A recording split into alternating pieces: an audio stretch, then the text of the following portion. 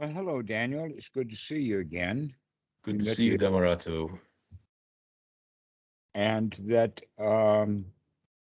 one of the things that you had just mentioned was is that you were trying a lot of different practices or a lot of different meditations from this and that feature and place.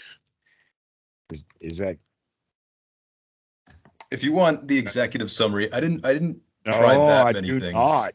No, I don't. I didn't shop around too much, not too much.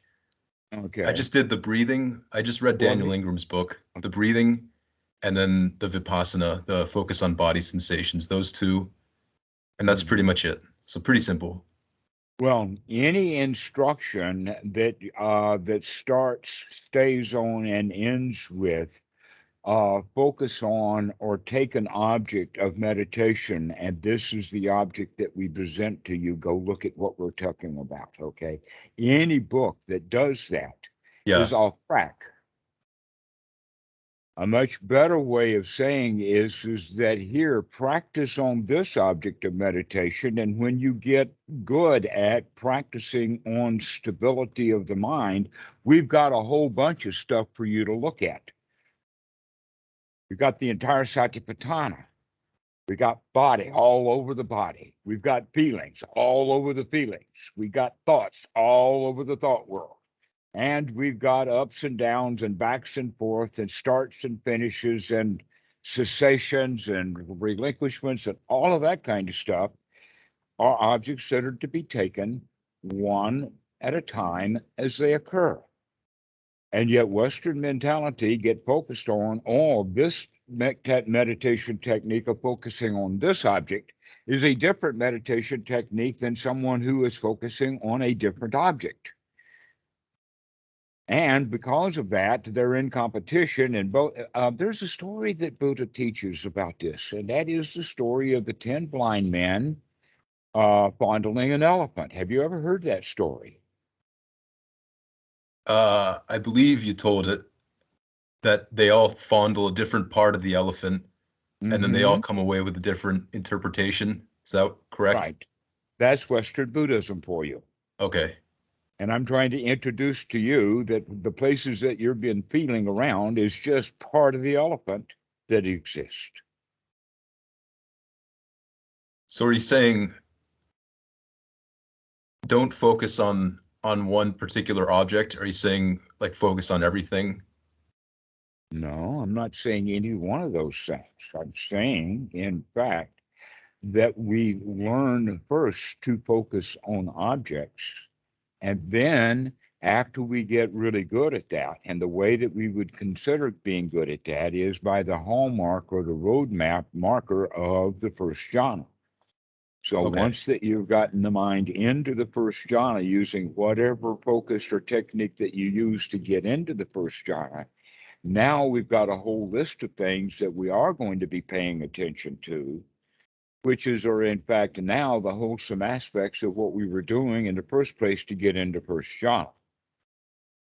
Now, I know that that sounds humorous, but now that we're into first jhana, we can see what is there, but we can see it with a wholesome, clear mind rather than seeing it flashing back and forth amongst all the unwholesome stuff.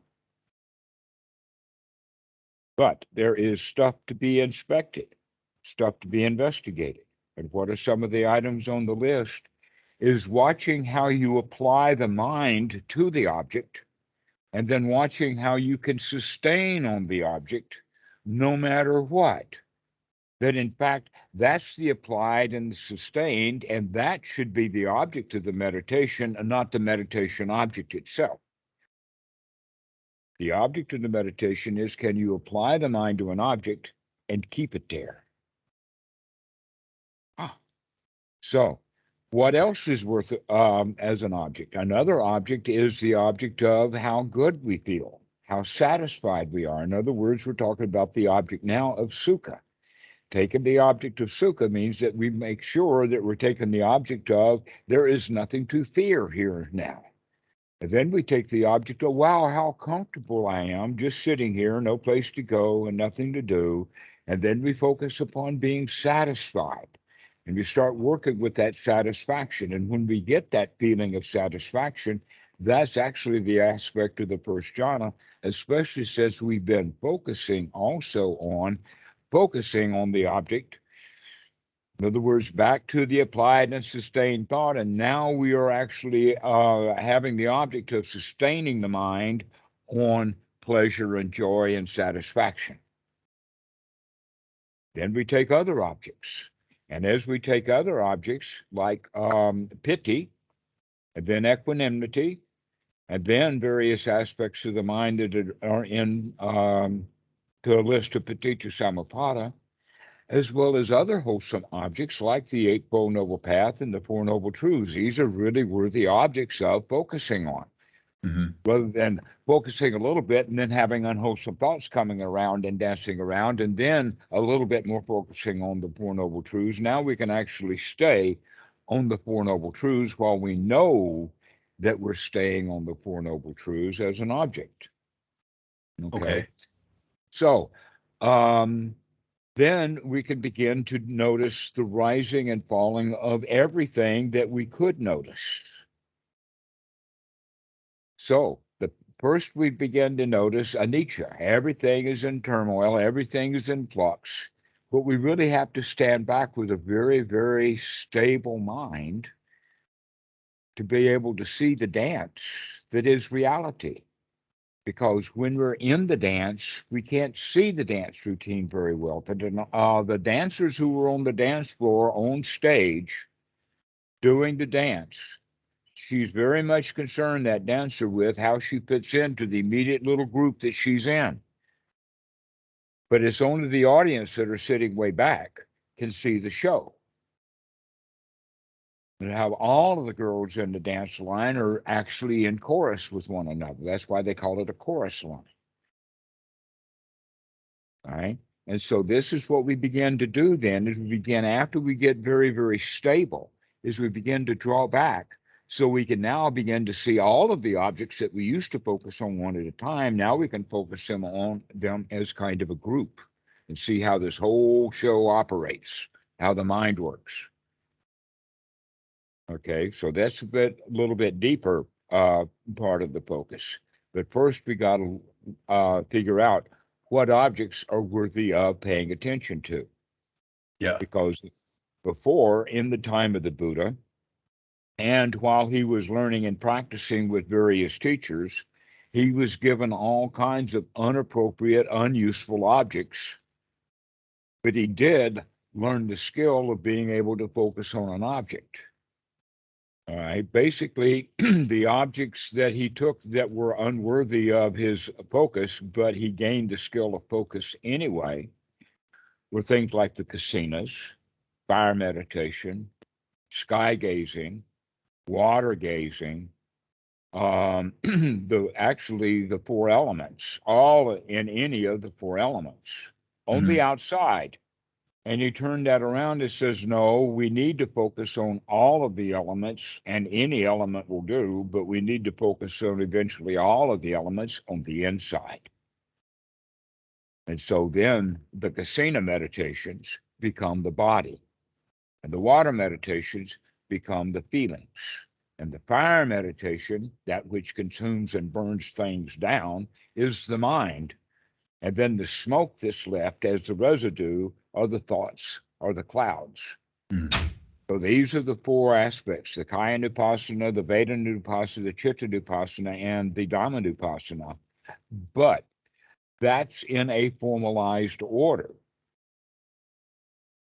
But that is not necessarily the order of practice. It's the order of introduction. So Anapanasati is set up in that order, to where the body comes first with the breathing, and then the knowledge of the body, and eventually the tranquility of the body. But that is not the order that is to be practiced, because the body never will come to rest until the mind has already gotten quite a lot of rest. So as long as the mind is doing this, the body is going to be doing some of that too. In order to get the body to rest, got to work on other aspects of Anapanasati too. There are other objects to take than just the body. But for some reason, Goenka's method has gotten settled on, we're going to do Anapanasati 3 until we rot here.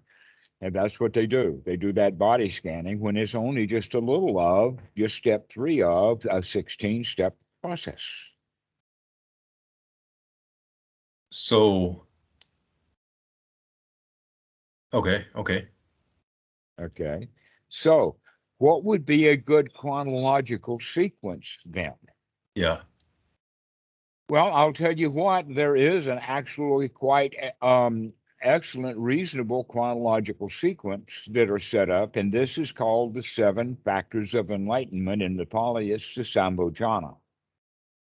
And they have an order to them in the sense that it's going to build on one another. And the first one on the list of skills, and actually the way that we're referring to these is skills after they have been developed, so that now as they have been developed, they are now factors of the awakening. Mm-hmm. They're not skills in development. The practice of anapanasati is to get the skills into development, and we do anapanasati then for the fulfillment of the Sambhojana. Which Okay, but the is, what is the Sambhojana? Sambhojana are the 7 factors of enlightenment that I'm Okay. about to list for you, Okay. but not go into detail. Okay.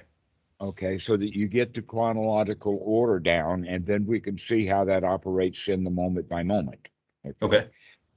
All right, so the first item on the list is unremitting mindfulness, unremitting sati. Now, what this word unremitting actually means is we keep coming back, we keep coming back, we keep coming back. Most Western meditators say that, oh, we've got to stay there all the time. That unremitting mindfulness means that we're there all the time, and that's not going to be possible. No one can live their life like that. That we can't do it that way. That in fact it's a pact of coming back and coming back and coming back until you're in a rhythm of coming back, like a drum, a hammer, a mallet beats a drum. Okay, so many people think that mindfulness should be like this, but a drum and a mallet don't do the drum and the mallet's work. But the mallet, if it comes back and hits and hits and hits and hits and hits, kind of in a rhythm, unremitting, back Yeah. and forth, over and over again, almost like in a cycle. Mm-hmm. Now we have a rhythm going.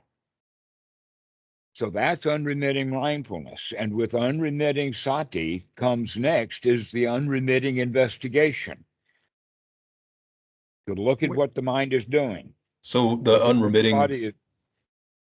sorry, could you explain again? Unremitting investigation is the word that you missed. Unremitting? Unremitting investigation, unremitting looking, unremitting watching, unremitting inspection, Yeah. unremitting of watch the show, look at what's happening, look at what you're doing. Okay. That's the whole point of it, is to remember to look at what's going on. That's what we mean by the investigation. Unremitting investigation can only happen with unremitting sati. You can see the connection. Mm-hmm. And as we gain the skill, our right efforts wind up being unremitting energy. In other words, we can still keep going. We gain persistence. We gain that regularity and that rhythm in it. And so it's actually, we can call this enthusiasm. Unremitting enthusiasm is how our what used to be unremitting are actually just effort. Effort then becomes right effort. And as it becomes right effort, it becomes unremitting right effort. And as it becomes unremitting right effort, it becomes unremitting enthusiasm. We keep coming back and coming back enthusiastically. All right. And so that's something that we can put in there. That's number 3. Number 4 on the list is unremitting pittisukha. And then after that is unremitting relaxation. And that should take us far enough for the moment. Okay. In fact, that unremitting relaxation, that 5th item on the list, is in fact step 4 of anapanasati, of to relax the body. And when it becomes a mind, an enlightenment factor, is that we can relax and keep relaxing and keep relaxing. And any tension that comes up, we can just relax again because we're watching what's going on with the body and the feelings and the mind. But we have to take each one individually as an object. Yeah. Okay, so now that we've got the 7 factors of enlightenment, at least as a clue, now we can look at the Eightfold Noble Path itself, because there, the source of those 7 factors of enlightenment is stated right there in the path or the method that we're using or practicing. Yeah. That is, right noble sati is to remember to wake up and take a look. And if we continue to practice waking up so that we can take a look, and waking up and waking up and waking up, it will someday become unremitting. Okay. Meaning So relentless. Okay. Yeah. relentless, that's another word for it. It's relentless. Okay. It will not let go, but in the sense of being chased relentlessly rather than being caught and imprisoned relentlessly. This is not like this. It's keep coming, it's repeating. Yeah, it just keeps happening. Keep happening over and over and over again because we've been practicing that rhythm of having it happen over and over and over again.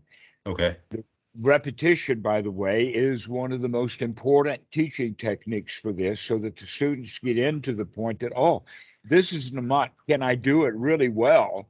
It's that, can I keep doing it good enough every time over and over and over and over and over again? That's the sequence, is to just get good enough to be able to keep doing it over and over again and stop trying to get it right, or doing it good enough so that I don't have to keep doing it. No, the skill is develop it so that we keep doing it over and over and over again. But we've got the energy and the effort to do that, because that's also the skill. Okay. So back to the Eightfold Noble Path then. Right noble sati, to wake up and see what the mind is doing right now with the discrimination of, is this a wholesome thought or not? Next that we do, that by the way would be related to step 9 of Anapanasati, of investigating the mind, and also on the Eightfold Noble Path as right view or right viewing, also on this 7 factors of enlightenment is investigation, unremitting investigation. So when we do that investigation, what that means is we're doing it with discrimination and determination about what's the difference between, is this thought worth having or not? Does this thought make scratch? Or is this thought unwholesome? Is this thought worth having? That's the question. Is this thought worth having or not? Yeah. And if it's not worth having, then we throw it out and change the mind to having something that's worthwhile having a thought about.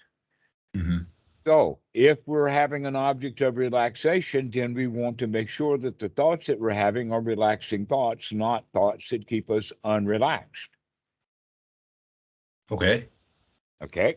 So as we are developing this unremitting investigation and unremitting effort now, developing that, we take the right effort to throw that thought out and replace it with some wholesome thought. As we do that, this is step 10 of Anapanasati, called gladdening the mind. And as we're gladdening the mind, basically we're having wholesome thoughts, and those wholesome thoughts now are saying things like, everything is okay, everything is fine, no worries, no problems, everything is okay. Wow, I don't need anything at all. I'm completely satisfied. These are the kind of thoughts that we begin to develop. And then we experience that the body is following along. We literally start talking ourselves into feeling good, because we've spent our whole lives talking ourselves into feeling bad and not knowing what thoughts made us feel good and which ones made us feel bad. Now we're going to make that choice. Is this thought going to make me, if I keep thinking about this, is that going to make me feel good and satisfied? Or is this thought, if I keep having that kind of thought, like maybe sending an email to the boss? 99% of the time, sending an email to the boss is not going to give you good feelings. But it is possible that you're going to spring a great big surprise on the boss and give him something very happy. And then you're very happy and excited to write that email. Yeah. Okay. All right. So now that we know that writing emails is not the point, it's how do we feel about writing the emails? And so if you think about writing an email that's going to be trouble, and you want to get it over with, then that means that go write it and get it over with instead of sitting here thinking about it and feeling bad. Yeah. Instead, we mindfully wake up. I'm not at the computer. I don't have that email. I'm not writing it right now. I'm not going to think about it because while I'm thinking about it, I feel bad. I'm not going to feel bad. I'm going, well, I don't have to think about that email right now. Isn't that marvelous? I don't Yeah. have to think about it. I can think about something that's nice that's happening actually right now. Okay, so now we begin to actually do the relaxation, which is actually the Vedana of coming out of unsatisfactory feelings like fear, regret, anger, remorse, guilt. You know the routine. You've had all of those feelings, okay? Sure. And when you feel that, you don't especially want to feel that, but you do feel that way because of the thoughts and the circumstances and all of that. Well, now we can say, I can change my thoughts and therefore change my circumstances. So now I can tell myself thoughts that make me feel safe and secure and comfortable and satisfied and even successful at being satisfied. Okay. And so these are the thoughts that we're going to start having, are the Yeah. thoughts that are wholesome. Thoughts about there is no dangers here. Thoughts about this chair is comfortable enough. My tush is comfortable enough. My knees are comfortable enough. Everything is okay. No problems, no worries. I'm comfortable enough. And now I can be satisfied that I'm comfortable. Yeah. This is a good banana. Yeah. Do you ever? Yeah. Well, this breath is a good banana. Yeah. Or if you're eating a banana, I mean. Anything that makes you feel good. Whatever you're doing. Whatever you're doing, you have a choice about how you feel about it. Uh-huh. And this is a marvelous wake up for anyone to recognize that you do have control over how you feel. And the way you control how you feel is by what you're thinking. And what you're thinking is controlled by your attitude. Right. And so if you clean up your attitude, then you'll clean up your thinking, and then that will clean up your feelings. Giving you a sense of whoopee, of joy. Wow, what a relief this is. I can do this. That's the feeling that we're looking for, that feeling of satisfaction and joy. That's the piti sukha. And so now that we have that state of, wow, I could do this, now I can look at how I'm doing it. Watch the factors and the features of how I'm getting this done. I'm putting a whole package together moment by moment. Wholesome thoughts lead to wholesome feelings. Wholesome feelings lead to wholesome relaxation of the body. So that's kind of the investigation aspect of it, right? There's Yes, mindfulness, which is just noticing and then investigating what you're doing. remembering, Yeah. remember to notice. The investigation is the noticing. So But what's the to difference notice between sorry? but noticing is not enough. That's where the Mahasi method stops. They don't continue to the next step of the Eightfold Noble Path, and that is to make a change, the right effort to change what's in the mind. Otherwise, we just notice and notice dukkha, and there it is, and we notice it again, and there it is again, and we notice dukkha again, and there it is again, and that's our meditation. Yeah. Chasing our own tail. No, we've got to make a change. We got to notice that that stuff is unwholesome and change it to something wholesome. That's the point. But we've got to remember to keep doing this. Over and over and over. over and over and over and over again. So we need to have a kind of sati that's unremitting. It does it over and over and over again. This little cycle of waking up, look at what you're thinking, and change it to something more wholesome. Okay. That's a little cycle that we go through, not just one object. It's a whole bunch of stuff that we've got to put together, little tiny micro steps. Okay. Actually, you could say there are 4 steps that we have to keep doing over and over and over again, and it happens immediately. What are they? Remember, to look, and to change, and to feel satisfied about it. Remember to feel good. Remember to feel good, basically, is exactly it in the shorthand. Or just don't worry, be happy. And that's even a shorter way of saying it. Uh-huh. Stop worrying. Don't worry, be happy. Or as the Buddha would say, dukkha, dukkha nirodha. What's that? Well, dukkha is, oh, Suffering. you see this unhappiness. That's a pretty heavy duty word. A better word, the actual meaning is unsatisfying, unsatisfactory, not quite good enough. Not quite good enough. Okay. It comes out of judgmental thoughts. Uh-huh. And it gives you the feeling, because anytime that you are judging things as to good or bad, anything that you judge as good has got something else that's bad.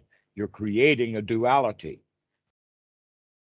Mm. And create that duality, about half the time you're going to wind up on that which you don't like. Yeah. But if you stop making that duality, by stop judging things and just say this, whatever it is okay, Mm-hmm. is completely different than that critical mind that we have of making a judgment calls and then feeling bad about them, setting rules we can't follow. Then we Okay. have thoughts like, oh, this is too hard. Yeah. Or there I go again. Or wow, this meditation stuff is hard. Those are just unwholesome thoughts. So we catch those thoughts and we change them to wholesome thoughts. Okay. So this might be what you consider like an irrelevant question. Maybe. All questions are irrelevant. Fair enough. So what was the issue with the fire casinos and all that? What was the problem with that? When somebody comes out of whatever state that they're in because they did a fire meditation, or the same guy that they were when they went into the fire meditation, it's not curative the way that this process is, because this Mm-hmm. is something we're doing on the inside. In Yeah. that practice, it's assumed that the fire is doing some of the work or all of the work. I was watching your talk with Daniel Ingram, and you said it doesn't matter how about fire casino. It Uh-huh. doesn't matter how deep you go into the meditation, because if you don't do the right things when you get there, it's a waste of time. And once you get out, if you don't do the right things, it's a waste of time. Mm-hmm. Yeah, I just said that. Right. Just using different sentence structures, but I just Right. said Right. that Right. again. It's the same point, right? Expecting the fire meditation to do something for us, as opposed to using whatever state that we've got in with the fire meditation in order to see what's going on. Mm-hmm. So if we just start seeing what's going on, then the fire meditation itself was irrelevant. Right.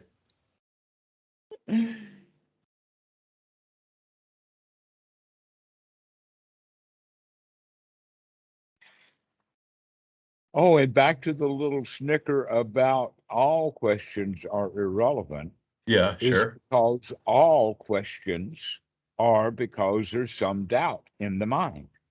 And Mm. doubt is a hindrance to the practice. So not only are questions irrelevant, they're actually harmful.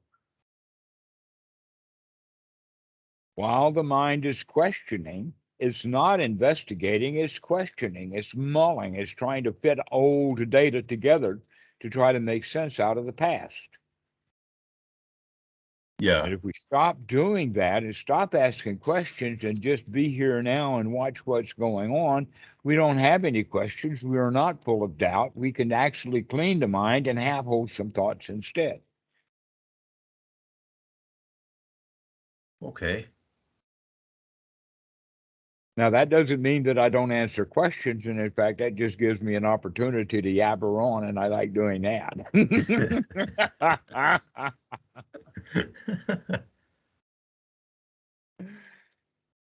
But that's only what questions are. When you don't have any questions, you're satisfied. When you do have questions, you're dissatisfied. Notice that too. And so the answer to that then is we don't need to know everything. We just need to know enough right now to feel satisfied. Yeah. So any questions about how do I practice meditation are actually irrelevant. Not just irrelevant, but questions about how do I practice or what object do I take of meditation, that is a hindrance. And we should see that as a hindrance so that we say, I don't have to figure out what to do. I could just sit here and relax. And by doing that, you're doing actually the right object of meditation. Is by seeing that I don't have to figure out what meditation to do. I could just sit and relax, which is the meditation. And it sounds like you're kind of saying that you basically don't have to do strict sit down meditation unless that's something that you want to do that makes you feel good, right? And it does have the aspect of skill development. Sit down meditation does. If you're doing the sit down meditation correctly, but 90% of the time that people do sit down meditations, they're not getting any more out of it than people who are doing sit down kasina meditations or fire meditations. So how do you do it correctly? Well, gosh, what have we been talking about for the past 30 minutes? And that is that you really look at what's going on and make a choice and throw the unwholesome stuff out of the mind, Okay. Okay. right? Yeah. Yeah. Yeah. And bring joy in. Yeah. Don't expect the fire kasina to make you joyful. Expect that you're going to make yourself joyful with or without the fire glowing. Okay.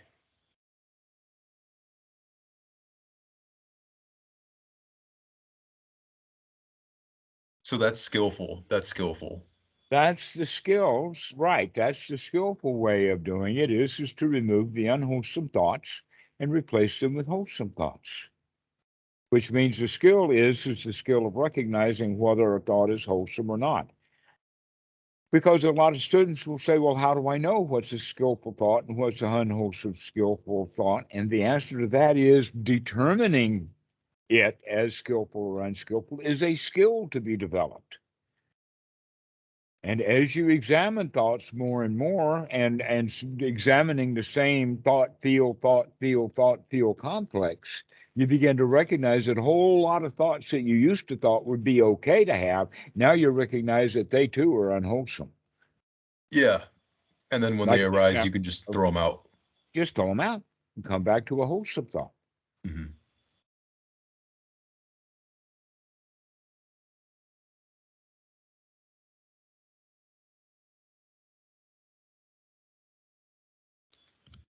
It really is that easy. So I guess, so when it comes to all these techniques, would you say these techniques are like a base to practice No, that? no, No. here's a way of looking at it. Okay. Looking at it like this, that the teachings of the Buddha, the entire Buddha Dhamma, including the Buddha, the Dhamma, the Sangha, the triple gem, the Triratana, Paticca Anapanasati, the Eightfold Noble Path, all of that stuff is in a mosaic or a jigsaw puzzle. and that Buddhism is delivered in the West as a great big box full of mosaic tiles with instructions, or it's a jigsaw puzzle that's been broken apart and 500 or 1,000 pieces are sitting there in the box. And all you've got is a picture of the puzzle on the outside. That's Western Buddhism. That's all of Buddhism. But the point about Western Buddhism is that the jigsaw puzzles these guys are putting together, they haven't gotten the whole puzzle put together yet. You just got one piece. Well, they've got a few pieces, Uh-huh. but they've got a few pieces missing. That's the point. Some of the pieces are missing. Mm-hmm. And when you see the whole package, you recognize, oh, this is just one little thing. Yeah, it's easy peasy. I've got it. I understand it. But people will take bits and pieces and features of it. So back to the elephant. This is what we're talking about is that, yeah, Western Buddhism is a whole bunch of Western people fondling Buddhism in a little area and think that they understand the whole show. Mm-hmm. I mean, some people fondle a part of the bull elephant and come away thinking, hey, in order to be a Buddha, you got to have balls.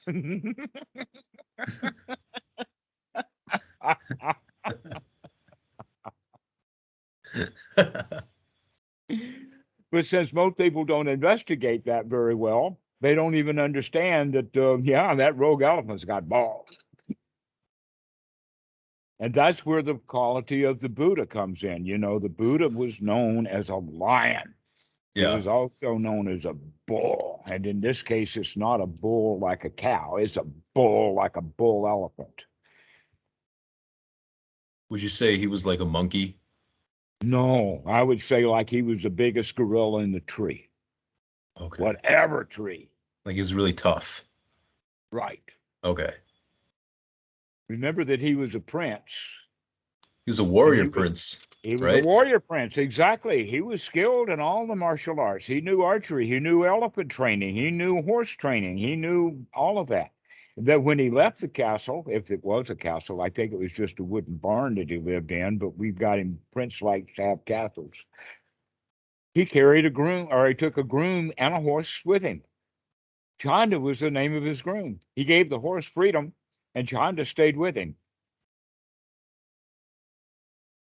Didn't he have a kid and he like named it Fetter? Valhalla, that was later. We'll talk about Rahula at a later time. Okay. Okay.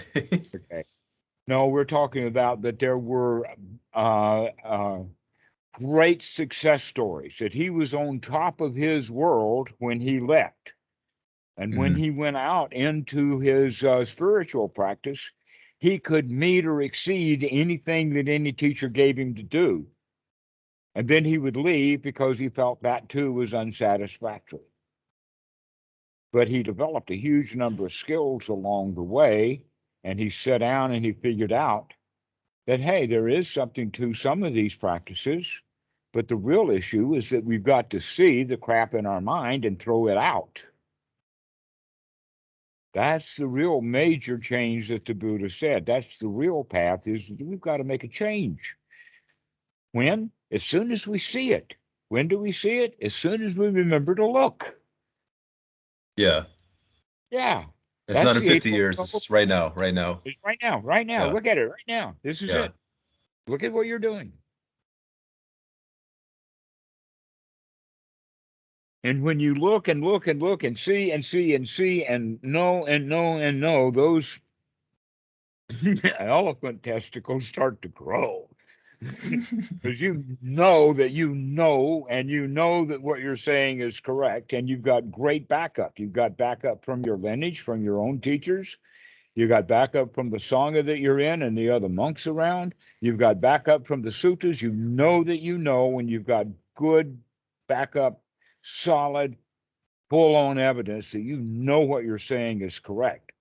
Only then can you actually have the confidence to teach the Dhamma. That's what real point about one of the talks with Dan and I was. That you were talking about like who can teach the authentic Dhamma, right? Yeah, who can teach the authentic Dhamma? Anybody can teach the authentic Dhamma. These dogs teach authentic Dhamma. Oh, yeah. The Mhm. question is are you going to be the lion of the Buddha that can teach the Dhamma? Right. Yeah, who really knows the actual correct way of practice. And you know that you know the correct way of practice.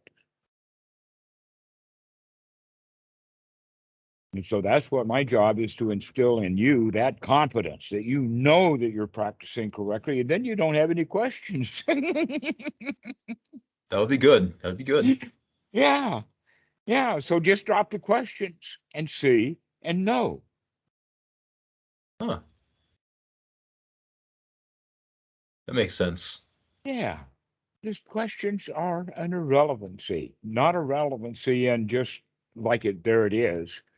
I bet we don't care, ignoring it, but rather no, questions are a rat hole. Yeah. Yeah. While the mind is questioning, it's not satisfied right then and there. You think that's like 100% any questioning is dissatisfaction? Well, yes, and it's your job to know that this Mhm. question is unsatisfying Uh, so that maybe you can see and do something about that. Like one thing is that I don't know and I can't find the answer to that now, so why should I think about it? I can drop that question because I don't have the answer. mhm. And we drop it.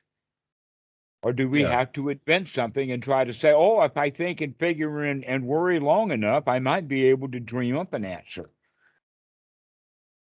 Nah, just going.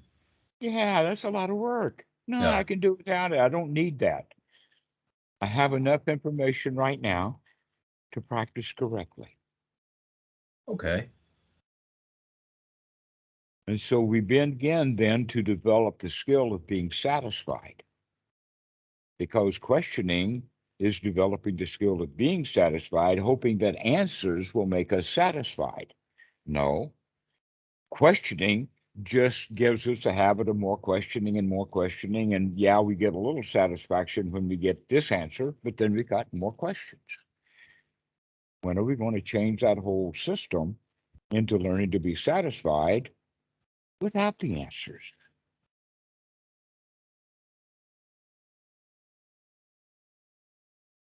Yeah.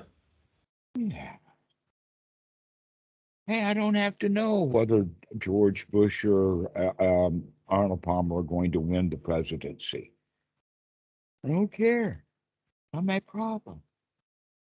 That's everybody with the Google now. Everybody's addicted to information, you know. Everybody's got to look everything up. My whole Yeah. family, everybody. Well, we were taught that in a prison that you call grammar school or primary school. Yeah. Mhm. Yeah, it's a skill, but it's used unwisely because we're not taught how to use that skill. And so you wind up having a whole society full of people that want to know and want to get it, and are still dissatisfied and want more. Or a When are you bunch going to of put a stop to all that? I yeah, mean, yeah. when are you going to just start learning to be satisfied? Give yourself the pie that you won. You did win the teddy bear at the crap shoot at the fair. Take your teddy bear, hug it, and go home. Hmm. Mhm.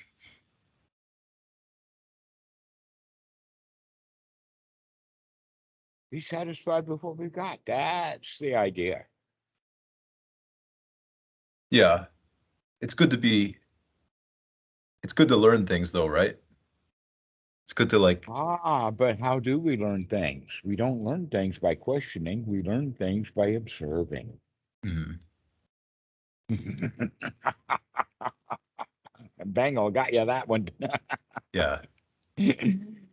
Yeah, and while we're questioning, we're generally not learning.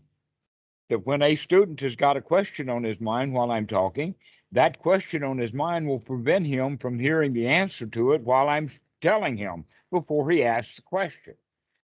Uh-huh. But he's got the question on his mind, so he doesn't even hear the answer to the question because he's too busy having questions rather than open to the answers. Yeah.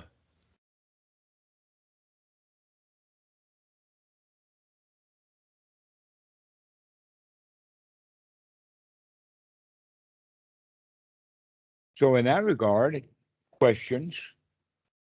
Now, another one would be before we make a choice or before we take an action, we don't have enough information to act upon yet.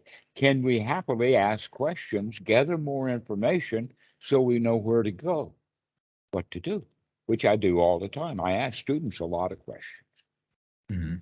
because I'm looking for information on how to deal with them in the moment rather than trying to make up something and taking off with that, which I like to do also. So there is use and value for questions, but not while you're sitting in the meditation hall Right. with the intention of practicing meditation. Right, right. Right.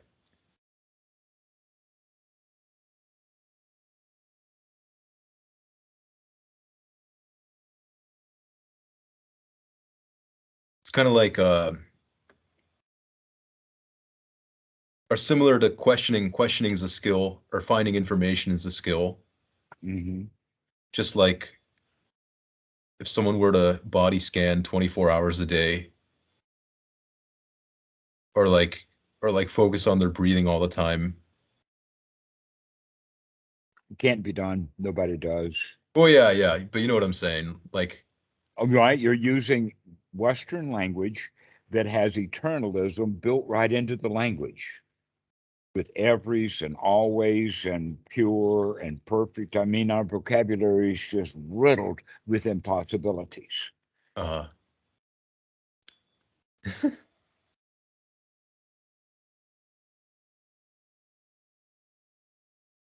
So instead of saying he's watching his breath all the time or she's scanning her body all the time, why don't you say that, yeah, she's been scanning her body. She's scanning. Okay, so now you've got somebody body scanning. That doesn't mean they're going to do it forever.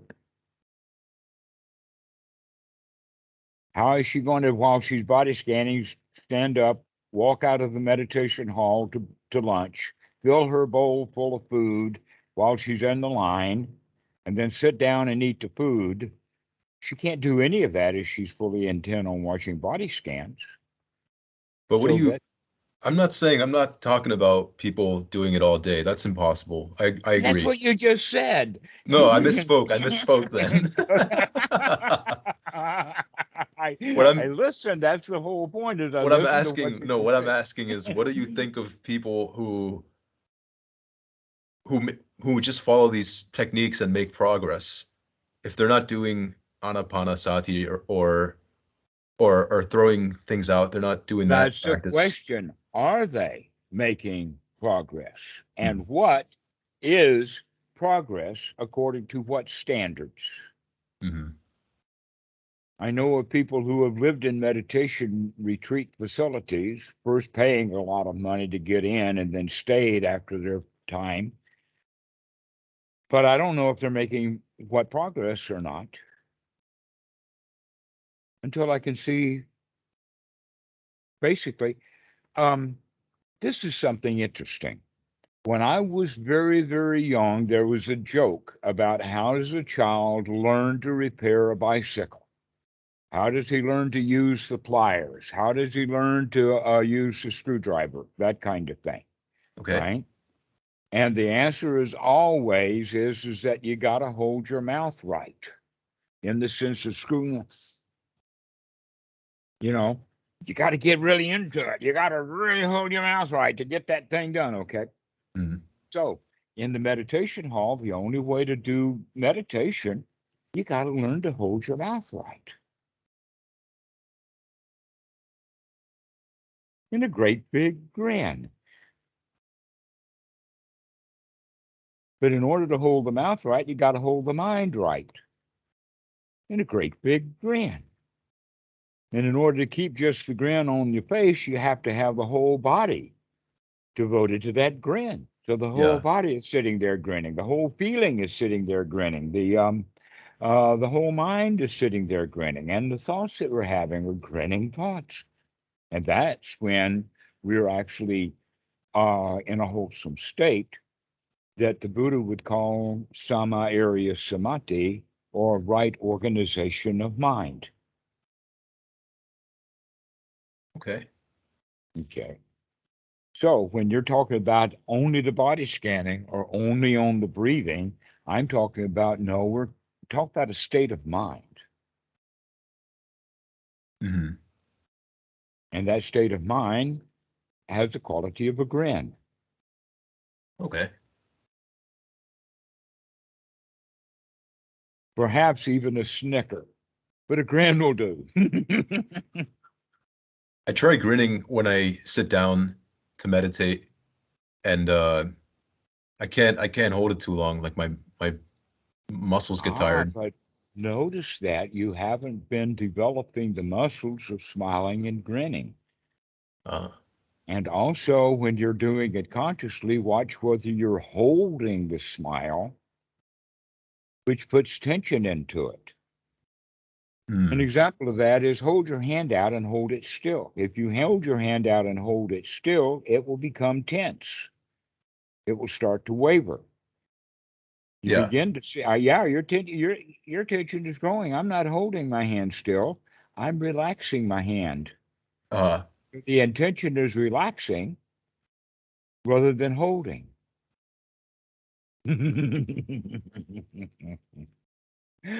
Relax your grin. okay. Just relax. Relax the grin too, rather than holding the grin.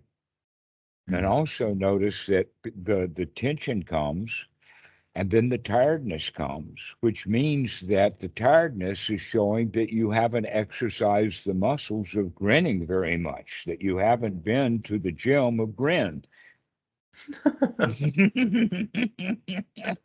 And when you practice grinning a whole lot, it becomes really easy to do it for a while without getting tired, especially when you're doing it relaxed rather than doing it holding it in tension. Yeah. And so that's the key to not just the grin, that's also the key to holding the mind, is stop trying to hold it, just let it relax. Stop trying to hold the body still, just let the body relax.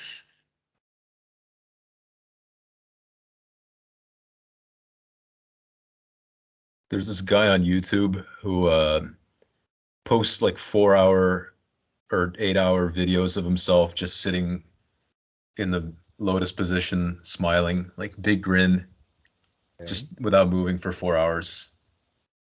Okay. How confident are you that those videos have been edited before they were uploaded?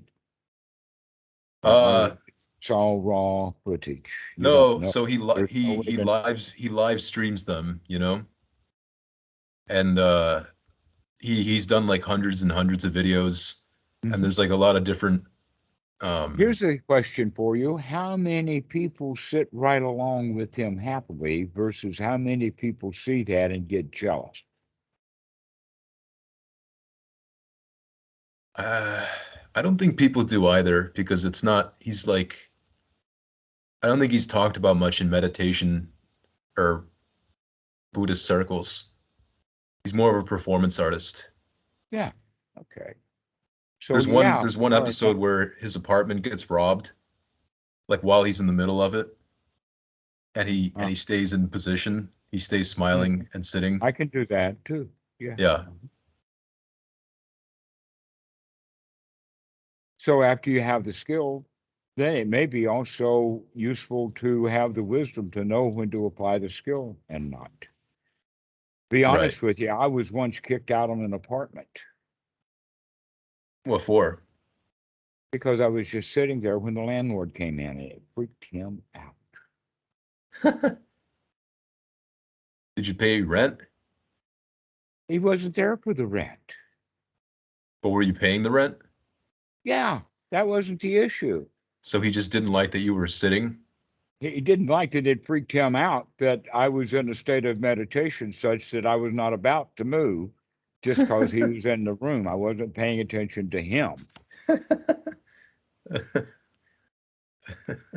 And I was unwise. I should have paid attention to this dude. He got right in my face trying to figure out what was going on, and I just sat there grinning at him. Didn't move much of a muscle at all. Did you notice him? I noticed him. I know he's Okay. there. Okay. I'm not, yeah, people don't go that out of it. I didn't die.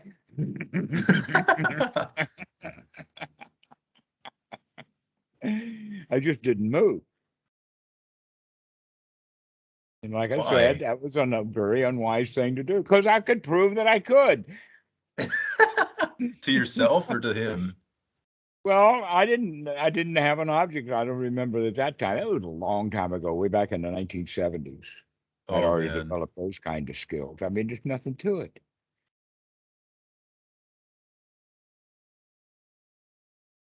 Yeah,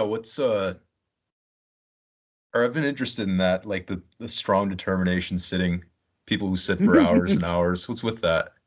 Yeah, what's with that? I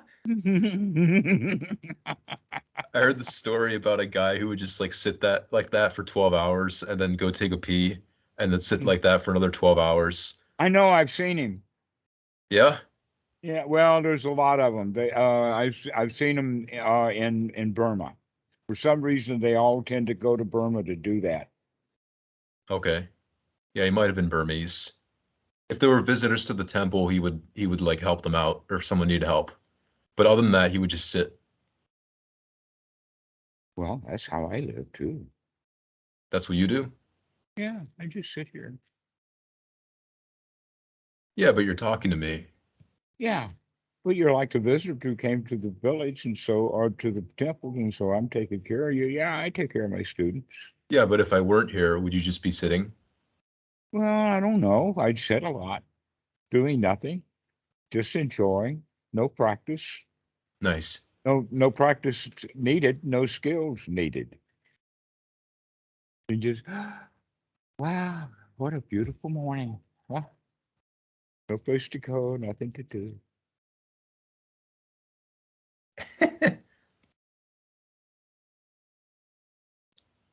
But it's a skill to be developed.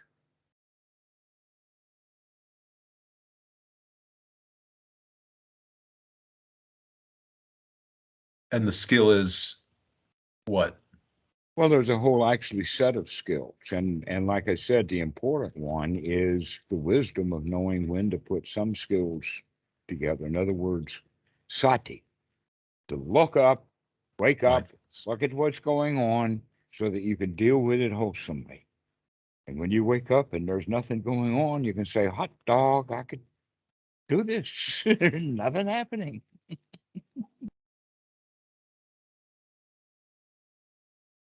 There's nothing going on but me and the kookaburra.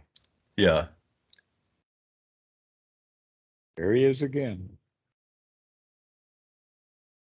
I hear a motorbike and some voices in the distance. Yeah, there's just nothing happening. The other car and the cuckoo door again. And now the dog just rolled over, so now she's actually completely covering the top of my right foot. And now she's licking my left foot. Oh, nice. And there's nothing to do and no place to go. I don't have to move a foot. Nice. So that's the place to come to by practicing going there often for a short period of time, and then the mind wanders away. Never mind, come back and just sit. Everything's all right. Hmm. Anything that comes to mind can be changed or thrown out. Yeah.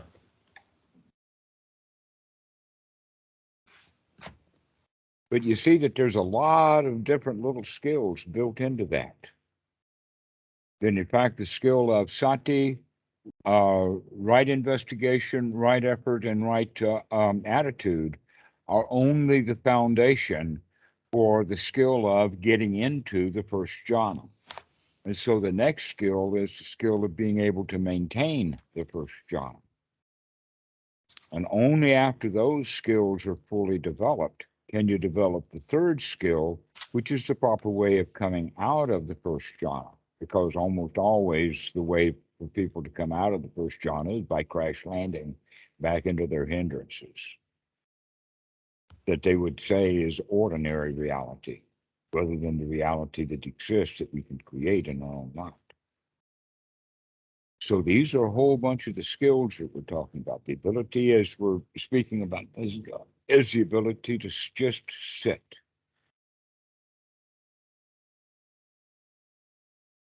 But by him just sitting, he's not doing much of any good for anybody. I mean, the camera that's focused on him is not getting any value out of it. YouTube itself is not getting any value out of it. The question is, who are the watchers of the videos? Are they getting anything out of value?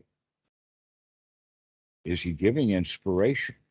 Is he giving right attitude? Hey, you can just sit here like me. I think so. Okay. I think You see, I'm asking a lot of questions about it because I don't know. I don't see any value much. I mean, how long are people going to sit? If you say that he will sit for 8 hours, how many people are going to sit and watch him sit for 8 hours? not probably Almost very very probably few none. people are going to be doing a whole lot of clicking fast forward or down to the next 10 seconds or whatever like that over and over again, and maybe spend maybe 30 minutes at best watching 8 hours of video, maybe putting it at double speed. Yeah. There's all kinds of things that people will do with a video where nothing is happening. People are looking for action. Yeah, there's not much action. There's one where Right. his apartment gets robbed and then Mm-hmm. they leave because they just see him sitting there and they're like, what's going on? And they get scared and leave. Kind of like what happened with you. And then there's one Mm-hmm. where he his like girlfriend broke up with him or something. So like 3 hours in, he starts sobbing really violently. He starts crying and he's still Oh, so smiling. he's not just sitting there. Yeah. He's not just sitting. Well, of course not. Of course not. He's just some No, guy. he's got girlfriend on his mind. Yeah. Yeah, Yeah. Yeah. And then that's there's very one where he, interesting.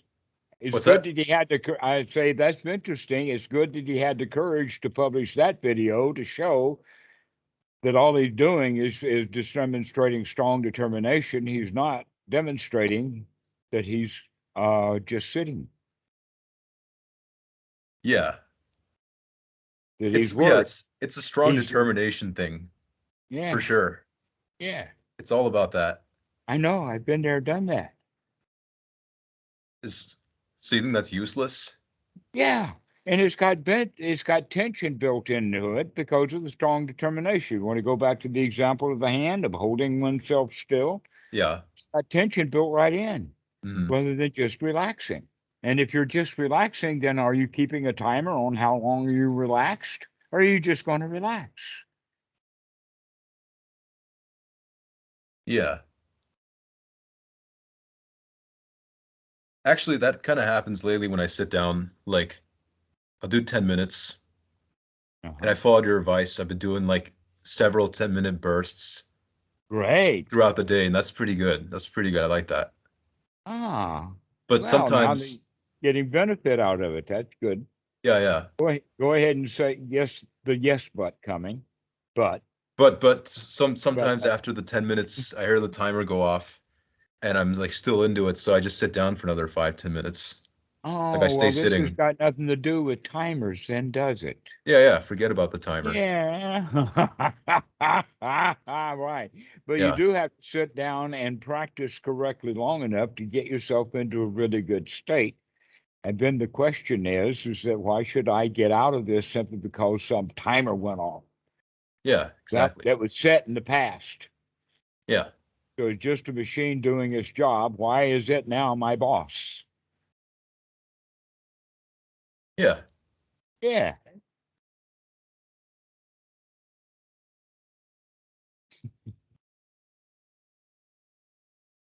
Then, in fact, the timer might be broken and didn't go off for 8 hours. I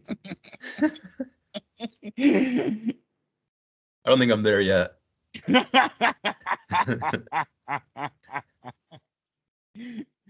What you're saying now is that you trust your clock more than you do your own mind. Am I? Is that what I'm saying? Yeah, think about it.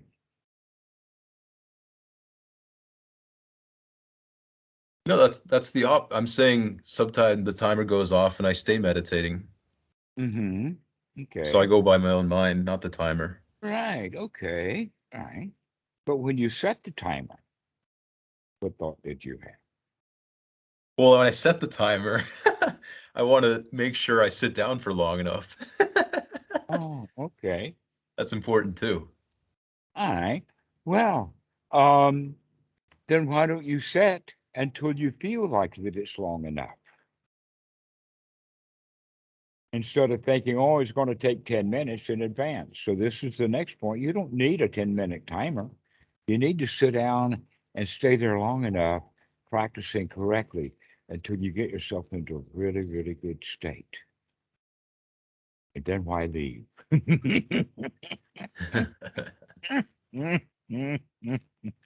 Yeah, yeah.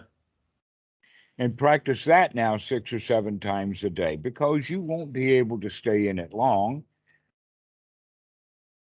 Your hindrances in the form of what you call reality Hmm. will have its own timer to set. Someone will come into the room to rob you, or thoughts of the girlfriend will come up. Yeah. Or you have to Yeah, go pee. I got to go pee. Right. So we have to take care of things. The question is now, can I get up happily and go take a pee happily and then come sit back down happily and maintain that first jhana during the pee process? Really standing in front of that urinal. Ah, that feels so good. Ah, what a relief it is to let go.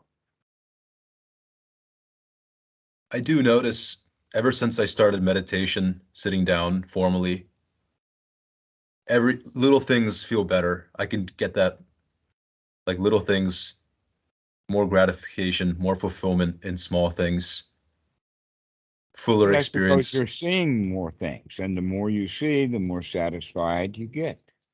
But the Yeah. more we think, the more dissatisfied we get. Yeah.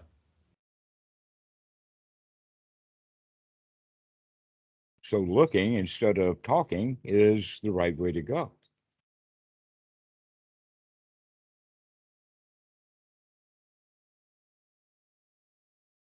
Especially if we're looking at the talking. Do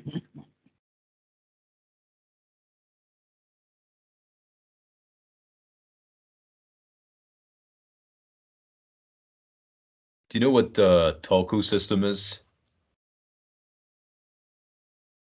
Are you talking about where the monks go up the hill with a bag full of goodies looking for a young kid that they seem promising and then give him the bag of goodies? And when he plays with one, we say, oh, he must be this Rinpoche or that Rinpoche.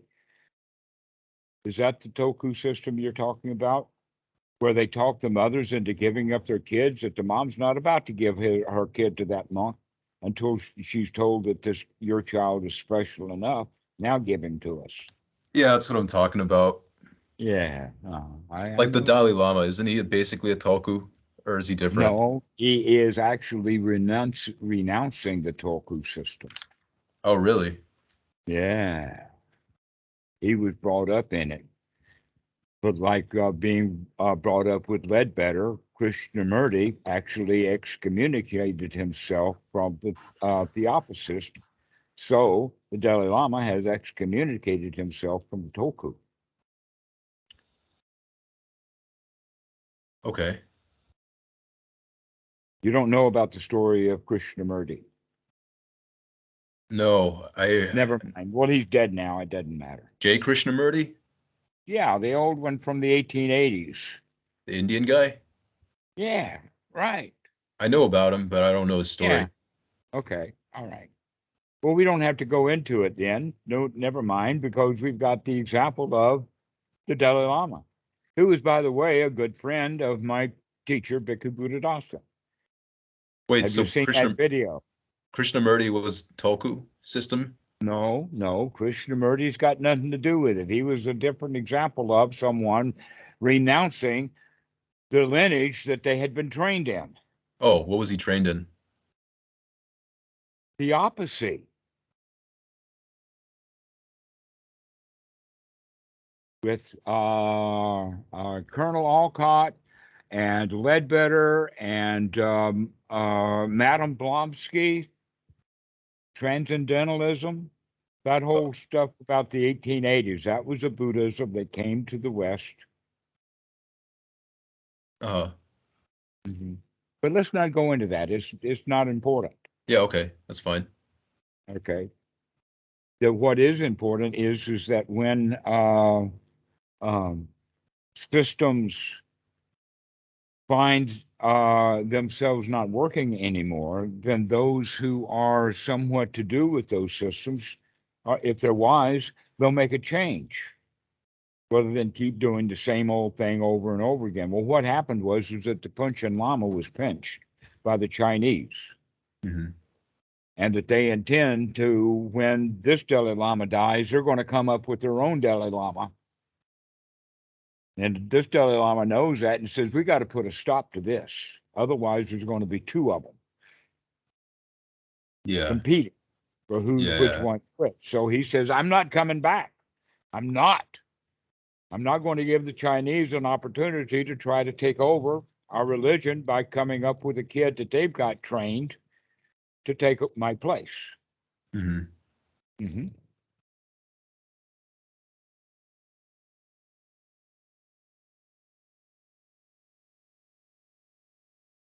Remember that the Dalai Lama sees Bhikkhu Buddhadasa. This on the video is that the Dalai Lama sees Bhikkhu Buddhadasa is his elder brother in the Sangha. Oh, yeah, yeah. I knew about that. Okay, Hmm. well, that's it. In other words, the Dalai Lama knows about rebirth. He's Yeah. just not out there harping on how harmful the belief system is, the way that Bhikkhu Buddhadasa is, talking for well, for since the 1930s, 100 years now, how harmful belief in reincarnation actually is. It's a harmful. Why is it harmful? Because if people say, get the idea, oh, that means I'll have a better life next time, Hmm. then they won't bother to do anything about it right now. Okay. And by the way, all of reincarnation that has been labeled rebirth by Buddhists, but in fact, it's just the same old belief. In fact, I could challenge you by saying, I bet you don't even know the difference between rebirth and reincarnation. So I'll just use the word reincarnation because that's what the belief is. They can dust it up, pedal it off, paint it white, and call it rebirth. But it's the same old belief system that the deep, dark past has something to do with the present moment, and the deep, dark future controls your life now, or that what you're doing now will control the deep, dark future. And Hmm. neither one of those things are correct. That the Buddha says not only get out of the deep, dark past, get out of the immediate dark past. That if he says be here now, then 10 years ago is irrelevant. 15 years ago is irrelevant. 15 lives ago is even more irrelevant. Yeah. Yeah. Yeah, this present moment. Let's live in this present moment. Let's stop with these silly beliefs about tulku. That it's a really good way for the old monks in Tibet to get fresh young meat to train correctly. But that system's falling apart, doesn't work anymore. Let's go find young monks some other way where we can't where we don't have to deal with the fact that the Chinese are up to our shtick. The Chinese are on to it, and they're about to abuse it. The only way to change it is by changing it. Yeah, change the system. Change the system. Let's not have tulku. We don't need it. We don't need the Chinese to appoint the next Dalai Lama. And that would be bad. Why? Because it's just their puppet, basically. Well, it would be their puppet. Yeah. Yeah, the Right Chinese now, government's puppet. right now, the present current Dalai Lama is nobody's puppet. Right. The Dalai Lama is just his own Hey, thing. remember the elephant story? He's got his own. One set of balls. Yeah, exactly so. That's one of the things that people are so impressed about with the Dalai Lama is he's got cojones. Oh yeah. Yeah. Yeah. And the Chinese cannot run him. Oh yeah. Yeah, they can't do it. So they want the next Dalai Lama to be under their thumb. And this guy with the cojones says, hey, man, these cojones are not coming back. They're not returning, not with a Chinese paint job.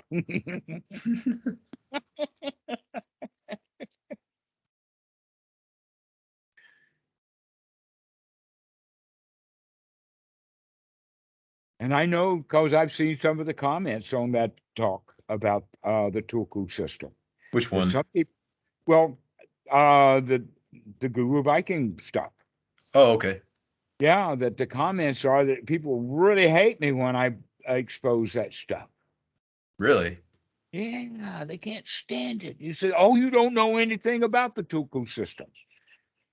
Because we believe that those trinkets that the guy played. Well, here's one of the examples of that there was one of the tulku monks who went around in his teenage years saying, oh, I remember that piece of furniture and I remember that piece of furniture.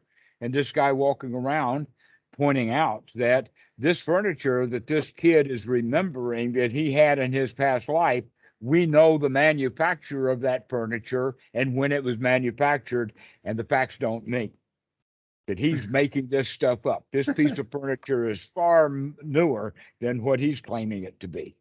Oh yeah. Yeah. Yeah. Well, guess what? That happened with me also with a tree. Because Oh I yeah. absolutely have the memory that of my grandfather planting this big pecan tree. It's big now when we're talking about it, but I remember him planting it. Mhm. And my mother pointed out that no, you weren't even born when that pecan tree was planted. I know because I was a teenage girl at the time, and I had no argument with her. Yeah. Because I can't prove it one way or another, but I had to trust that, yeah, she knew what was going on because she was a teenager, and all I remember is an early memory of my grandfather planting a tree. It must have been this tree. And my mom says, no, exactly the same story. If we begin to recognize we cannot trust our own memory, that we need to go back and do a new investigation or drop the topic. Yeah, it's irrelevant. It's irrelevant. The Tulku system is irrelevant. Drop it. You don't need it. The Dalai Lama thinks the same. We can drop that one. We don't need it now. Yeah. Yeah. You know, some kid from Germany, his dream his whole life was to go be a monk in Tibet, and he got to go do it when he was like Okay. 15. So That's better than the Tulku. Find yeah, some enthusiastic youngster, you know? yeah, precisely. And some of those old wise Tulku Tibetan monks will somewhere whisper in his ear, "I remember who you are," and off they go down that Tulku hole, rabbit hole again. Only this time they've got an enthusiastic teen who will really buy the trip, Yeah. and then he'll live up to it happily.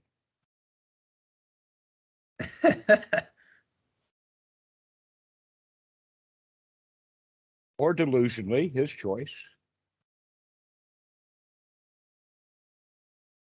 I think it's a good working assumption that it's just a delusion because it's just unprovable, doesn't help anything. It just doesn't help. That's the Right. bottom Well, line. isn't that true about all magical powers and all magical beliefs? Anything that cannot be demonstrated within the next 5 to 10 minutes Yeah. and is considered now irrelevant in your life. Yeah, like mystical experiences, magical powers, all that stuff. Or even the corner bank in town. What do you mean? I mean, you think about going to the bank, but you're sitting at home and that bank doesn't exist here. Yeah, yeah. It's Mhm. just a magical bank. It's not real until I walk into it or I approach it in the car. Until then, it doesn't exist. And if we can see magical powers that way, that yeah, when I get to the magical power, I'll inspect and investigate thoroughly. But until that magical power presents itself into my reality, I'm not going to bother with it. Because what I'm Or if bothering it's with is my own delusion, not reality. yeah, or if it's gone forever. There's no point in You know, dwelling on it. no point.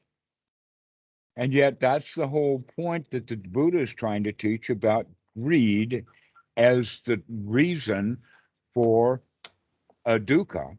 That's the second noble truth, that the things that we want. So if someone is practicing anapanasati for the intention of getting magical powers, he's going to be thoroughly and completely and continually over and over again disappointed because he's not getting the magical powers that he wants.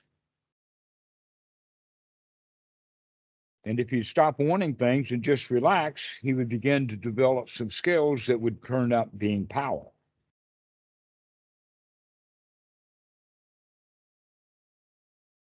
He can develop the skills that gains power, but so long as he wants magical power and going to fire casinos and all kinds of stuff like that, he's not going to get anything other than just more wanting. Yeah. He might, in fact, turn into a charlatan and start telling people that he can do what he wants to do and make some money off of it. They call him a spiritualist.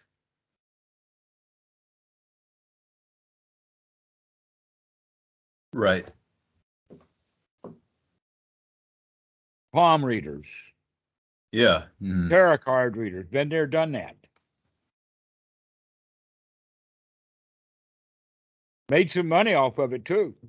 Made some people feel really good and got some money, but I stopped doing it because I was a charlatan and I could see that it was a charlatan. But what about a Dan Ingram type dude who's like so into the magical power and all the concentration and maps and all that May stuff? he see clearly what's going on. Can he? Will he look? Can he remember to look? Yeah. Yeah. A better question that I would ask is he a happy dude? He always presents himself that way to me. I get along with Dan really great. I don't care what he's into or what he wants. Yeah, he seems pretty When happy. he's with me, he doesn't want anything. Yeah. Yeah.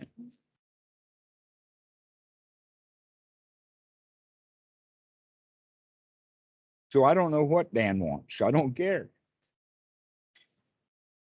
That I in fact, see. I have had students insist that I listen to their story when their story is irrelevant because Yeah. it's just hindrances.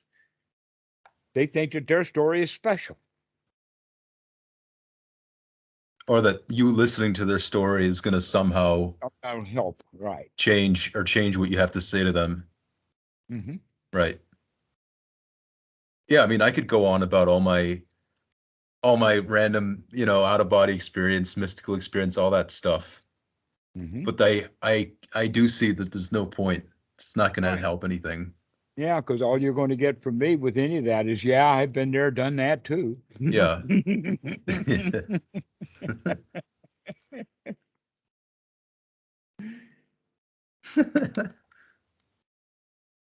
It was like mostly this year that all that kind of stuff, or not this year, 2021, all that stuff happened to me.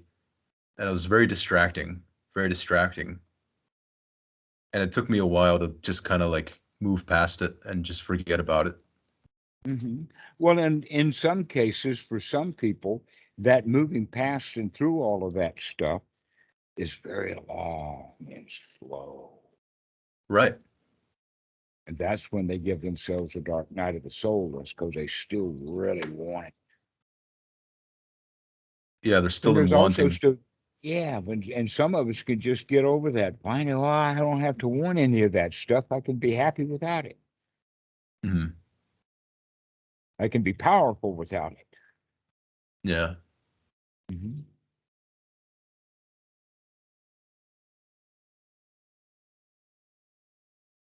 Uh, Mm-hmm. or you know Shinzen Young, maybe. I've heard the name. He says that's one of the common traps on the path to enlightenment is the trap of the powers, the realm of the powers.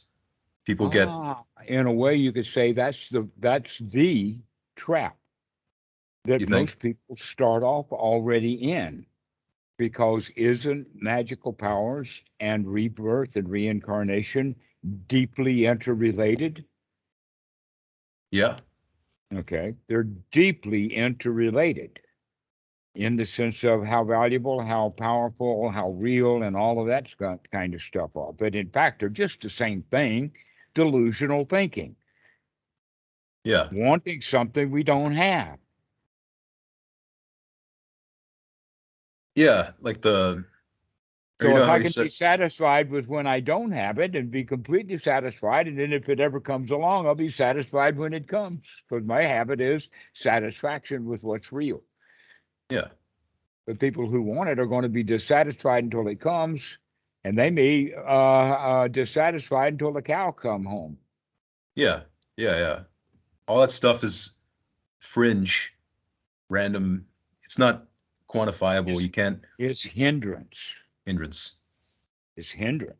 Hmm. Wanting something you don't have. Yeah. Yeah. I was thinking, or you know how you said reincarnation is like oppresses people because they're told like, oh, you don't need to worry about this life. Next life will be better. It's kind of the same thing with Christianity, that this life is a big pilgrimage. It doesn't, you have to suffer through this life to get to like heaven, you know? It's like Right, similar. exactly. It's like the You same have to thing. suffer to get to heaven. Heaven will Yeah. be the reward for your Heaven will come suffering. later. Yeah. Exactly so. Now, here's an interesting thing, that if they are practicing being miserable, then when they get to heaven, won't they continue practice being miserable even when they're in heaven? No, I they mean, think they it'll are go away. suffering. Well, the suffering's not going to go away, because the suffering is the habit of the mind. We don't need the heaven to feel good. Then, in fact, most people are living in a paradise and they don't know it. And so they feel bad. I mean, the same thing happened to Adam and Eve. There they were in paradise, and what they started to do, they started to complain. Yeah. That's what eating of the fruit of the tree of good and evil is all about. Is they started to seeing things as evil, they started to complain, and they destroyed their own paradise. Yeah. Tree of knowledge. Fruit of knowledge of good and evil. Knowledge of good and evil. Yeah. Yes, Yeah. the knowledge of good and evil, or right and wrong, or bad and good, or magical powers versus no powers, and Or all of that, duality. the duality. Yeah. We destroy our um, paradise with duality. Hmm. And in this case, is the duality is I don't have magical powers and I want magical powers. The duality is magical powers versus no magical powers. And I'm saying I can be happy with and without it. And the other guys are saying I cannot be happy without it. That is the trap that people start off in. Yeah. And many of them never get out of that trap. What is the trap? The trap of wanting someone else to do the work that we need to do for ourselves. Oh, I cannot save myself, but if I had magical powers, then my magical powers would save me. If Yeah, I had a you just got to plastic get the Jesus magical riding powers. upon the dashboard of my truck, then that plastic Jesus will keep my car from making a crash, or my truck from crashing. But if I don't have the plastic Jesus, the car is just going to crash right into the tree. And then I can say the tree bit my car. Mm-hmm.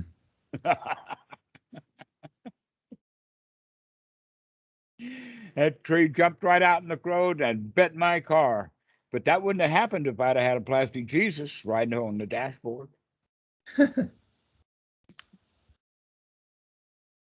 That's magical thinking.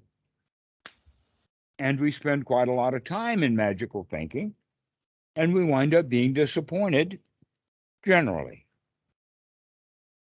Magical or superstitious, Superstitious is another word for it. religious.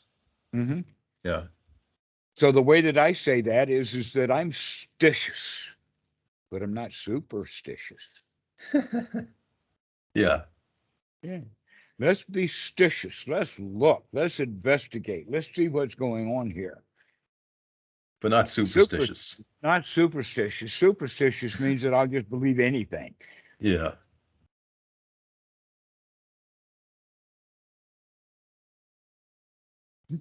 Another trap this guy says is the map trap. He says people get too obsessed with maps and progress and all this stuff. That's And still that living in the past and the future. so that's a hindrance. Mm-hmm. Yeah. Okay. In fact, some maps are quite good and quite valuable. Oh yeah. If you don't have a map of a town, it's hard to get around. If you have a map of the town, you can get around, but you cannot rely solely on the map because the map is old and the town is always new. So the new potholes and the new roadblocks and the new traffic jams, they're not on the map. Mm-hmm. The map is not the territory, but a map can be a good guide to the territory. What happens with meditators is they start living the map and stop living in reality. Okay. That's in fact what we're doing often when we say, wow, this meditation is hard to do. Well, wow, this is hard to do is just an old map that the student has in his mind. He goes around saying, wow, a lot of things are hard to do. That's his habit of just making everything hard, Mm-hmm. not following the reality. Because the reality is, this is dirt easy. All I have to do is set that map down, take a deep breath, and enjoy the moment. But as long as I'm holding and clinging to that map, the map says this is hard work. Meditation's a struggle. You got to strive, boy. Got to put in wrong kind of effort. And I mean super wrong. See, those are the thoughts that we have, which prevent us from just being happy. That's following the map. Yeah, you got to put in wrong effort. Well, I was giving an example of how hard you have to work. That's part of that map that we can put down. The reality is that it's easy. The map says it is hard work. But would you say there's an element of failure? Like Absolutely. you fail And over and that over. mm-hmm. Well, it doesn't matter how often we fail in order to get the victim's attitude. We kind of start off with the victim's attitude. Mm-hmm. We are born as a victim. Every infant is not able to take care of itself. The question is, as we grow up, will we ever come out of our victim's attitude or our victim's mentality that everything is hard, everything is brand new, it's tough? And every child begins to see life as hard work, tough. Parents are there to slap us around when we don't do what we're told to do, all kinds of things. Yeah. Mm-hmm. But reality is now you don't have to live in that map. You can create a new map. Life is easy peasy. I don't have any parents to slap me around. Ha ha. I don't have to do things right according to them anymore. I can change my map.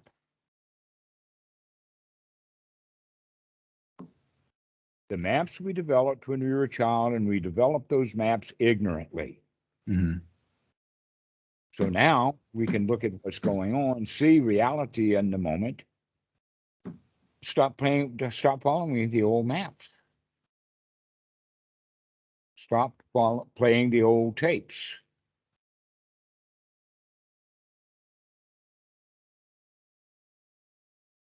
Buddha has the word sila bhatta paramasa. Attachments to rites, rules, and rituals is what we're talking about. Mm-hmm. Mm-hmm. Like meditation is hard. That's an old rule. But it's hard is an even older, more basic rule, and all we tacked onto it was the meditation.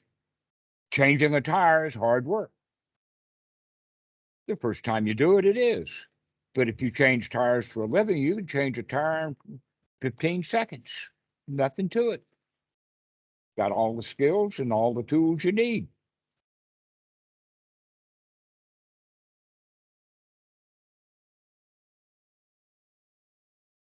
So you see, it's an attitude that we have to build as a skill. And when that attitude is fully blown, it's those cojones that we were talking about. Yeah. The attitude of, I can do this. Handle What can anything. I can do anything I want to do, and I don't want to do anything. Therefore, I'm very good at doing nothing at all.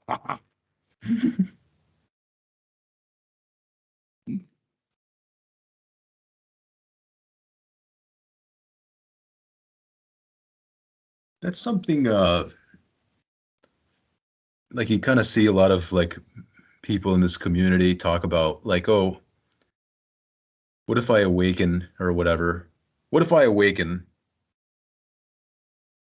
and like what'll I do after I awaken? Like, will I just Go do back to nothing? sleep.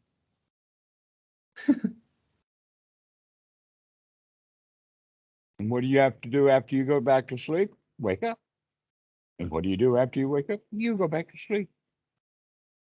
Yeah. Isn't that marvelous?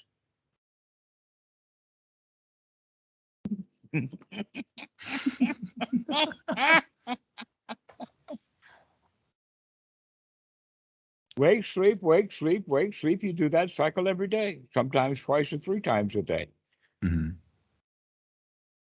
So if we can do that in actuality, we can also do that metaphorically, or let us say virtually or mentally. To Mm-hmm. wake up, and then wake up, and then wake up, and keep waking up unremittingly. Keep waking up. You're still in that Western mentality of once you're woke up, you're always woke up, and that's that forever stuff again. Rather than Yeah. everything is in cycles. Mm. Nothing is steady, nothing is still, everything is in turmoil. Sometimes you feel like a nut, and sometimes you don't. Yeah. So what's the difference between rebirth and reincarnation? There's nothing to it. In the sense that with reincarnation, there's something to it. In the rebirth, there's nothing to it.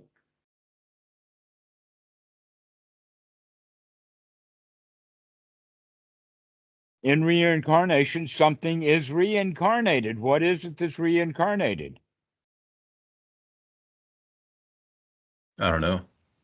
Ah, in rebirth, rebirth happens, but there's nothing that is rebirthed. There's nothing to be reborn. What is born is something new. It's not the same old thing that was before. Something new that's born, and it's reborn. And every time that something is reborn, something new is born. With reincarnation, though, it's the same old thing that's reborn. What is it Mm. that's the same old thing? What is it that's reborn? What is it that's reincarnated? Which means, what is it that when death happened, it didn't die? Yeah, it just got reincarnated. Uh-huh. I mean, Okay. the Christians have a word for this. What is it? Resurrection. No, it's called the soul. Oh, the soul. And the Buddha just admits we got no soul. There's nothing to it. There is nothing more there in the body than the body. There is no person or soul in there. There's nothing in the feelings, just the feelings. There is no soul, no you in those feelings because they keep changing. There Right. is no you in your mind or in your memory or in your processing ability, which I mean by that consciousness, samsara or samkara, and sanya or namarupa. In other words, it's just perception, but you are not the perception. There is just your memories, but you are not those memories. They're just memories in a human mind. And you are not the mind. But whatever you are, you can see the mind, but when you see the mind, now you see it as not you. Most people, when they see the mind, they think it's my mind, it's me. These are my thoughts, I am these thoughts. And in our language, we even go so far as to use it like that, like I am angry. When the reality is there is anger to be seen. No, it's my anger. I'm angry. I'm tired. I'm sick and tired of being sick and tired, I say. And it's always about I, me's, and mine's. And so it's the I, the me, and the mine that is reincarnated. But really, there's nothing to the I's, the me's, and the mind. They don't really exist. They're temporary. They come up, they go down, they come up, and they go down. And guess what? When they come up again, it's not exactly the same one as it was that died before. It's a different one now. You're different than you were when you were 5 years old. You're not the same. Yeah. Yeah. You don't have the same thoughts or feelings or worries or cares or anything. All of that stuff has changed. So why did we get the idea that I'm the same person that I was when I was 5 years old? When in fact, there's nothing about you.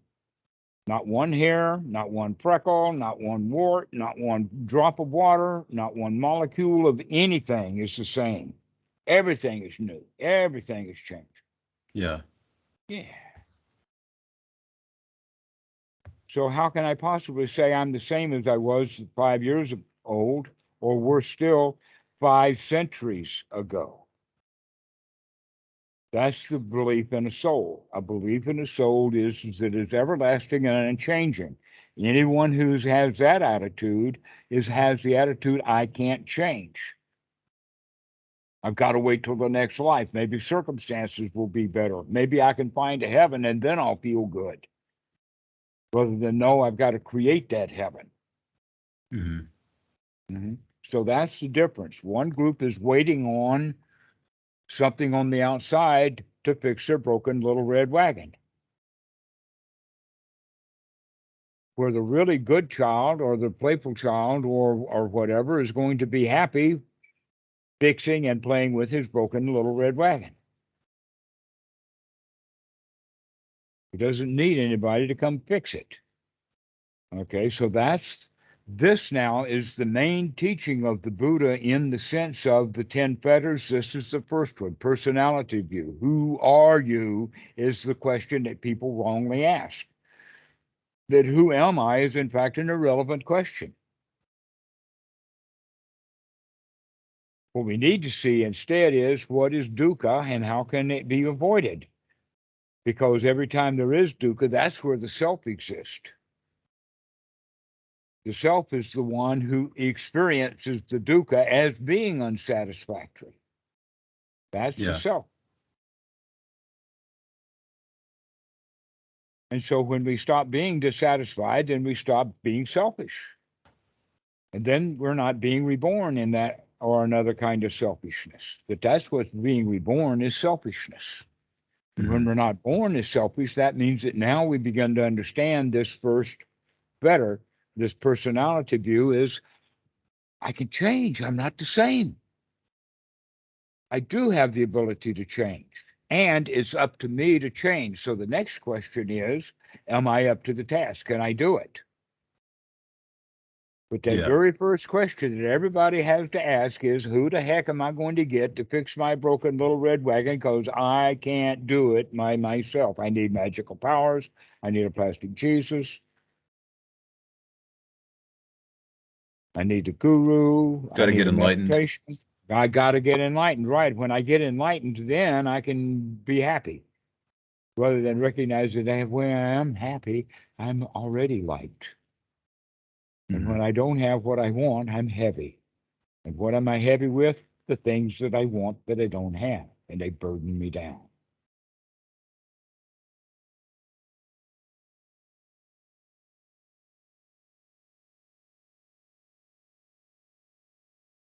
And so personality view, rightly seen, is, hey, I can change.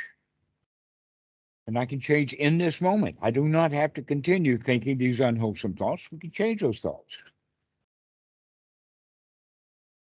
If those thoughts are not managed by some everlasting soul within.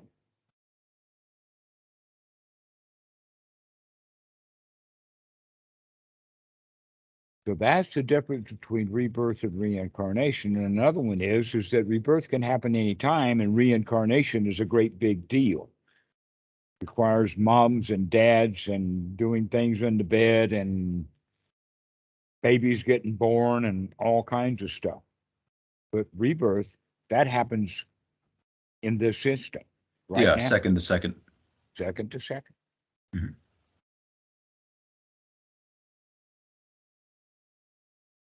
And so when the Nanosecond to Buddhist point, nanosecond.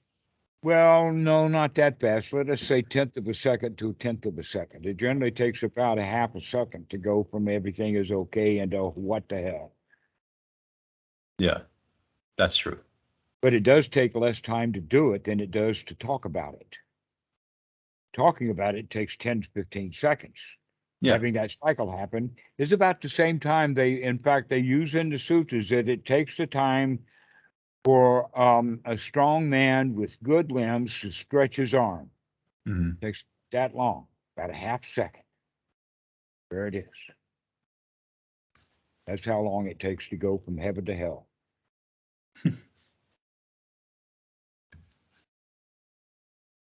But guess what?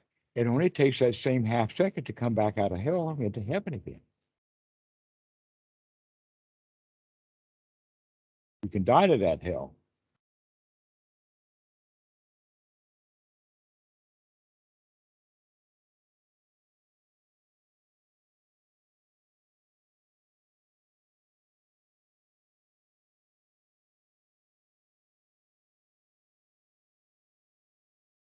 So, and you just let everything die. Just, oh, there it goes. Nothing to it. But I don't need anything to be happy. And I can practice that so that I can, no matter what it is that I want, I can stop wanting it long enough to recognize I don't need it. Mhm. Yeah. And when you recognize for sure over and over again that you don't need it, then you gain the confidence, hey, I can handle anything. Hey, I can handle anything. I can throw anything, any rubbish at all that comes into my mind, I can throw it right back out. Including when you're in front of a policeman having the thought, this cop is dangerous. I can throw that thought out and put, this cop's my friend Yeah. in instead. And imagine the differences the way that cop's going to treat me between being afraid of him and me being friendly with him. So I create my own reality with the thoughts that I have. Mhm.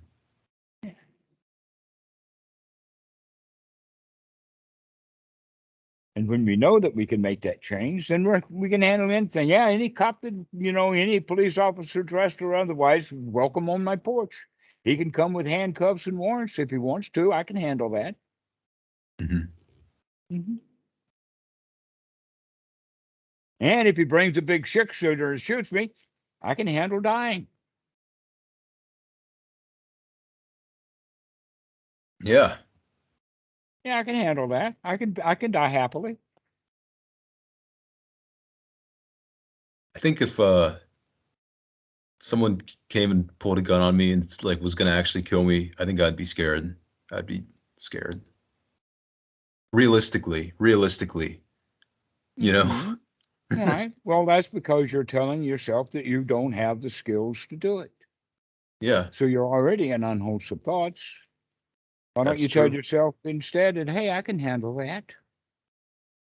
Well, I'd have no choice but to handle it, I Yes, guess. that, exactly. That's right. So you can either handle it badly when we're talking about it, or you can plan now. Oh, when somebody pulls a gun on me and is about to shoot me, I'm not going to be afraid. Hmm. I can handle that.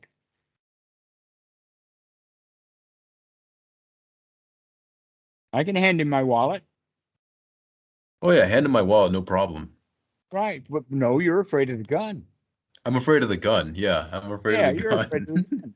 gun. So can't you just hand him the wallet without being afraid of the gun? I can hand him the wallet because I think if I do that, he's not going to shoot. But I'm afraid if Mm. If you do he, handle him the wallet, in fact, if you fight with him, you live while you're fighting. But if you give him the wallet now, he'll shoot you now, and you're dead. Better to fight. Stay alive a little while longer. Me, I'm ready to go. I'm not going to fight with him. that's my that's my dad's attitude. He's like really like if anything bad happens to me, like I'm ready to go, you know. If we're in some sort of terrible situation, I'll sacrifice myself willingly, you know. Or if I get like cancer, like stage 4 or something really bad like that, some terminal illness, don't try to Well, keep me here's alive. about that one. Why would you bother eating yourself alive to the point that it's step 4 of eating yourself alive? That's what cancer really is eating yourself alive. Just like a heart attack is when your heart attacks you. Yeah, But if you have the right attitude, you're more or less immune from cancer. But figuratively or cancer is literally. both in the sense that, but it takes wisdom or knowledge. For instance, if you know that asbestos in the lungs irritates the lungs and causes cancer, then that means that you're going to be very careful around asbestos.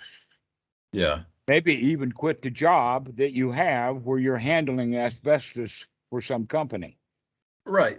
That way Yeah. you don't get cancer. That way you don't get cancer. And when you go around saying, hey, I'm going to keep my life safe, I'm not going to be handling things that cause me to eat myself alive.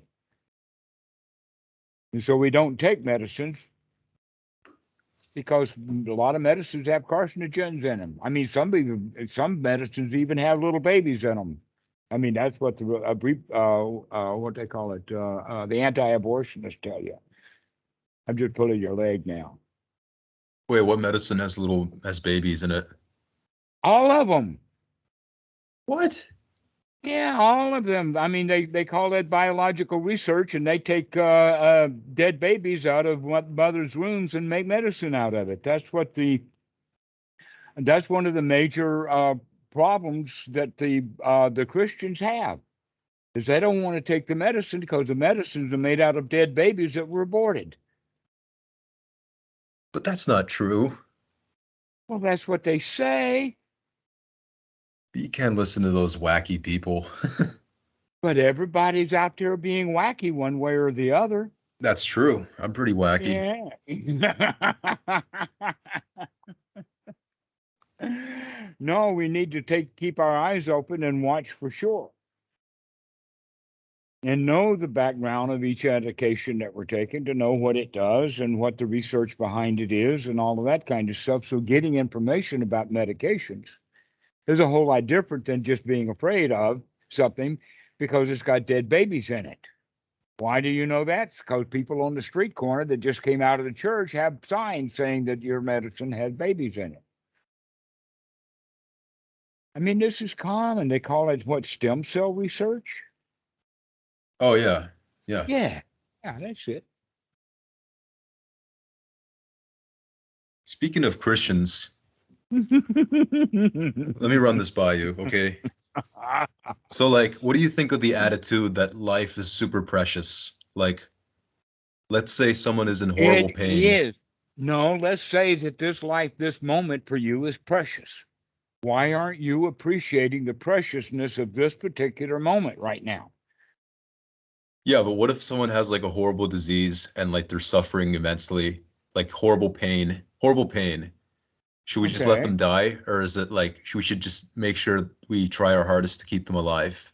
Well, maybe we should teach them how to stop seeing their reality as painful. Huh.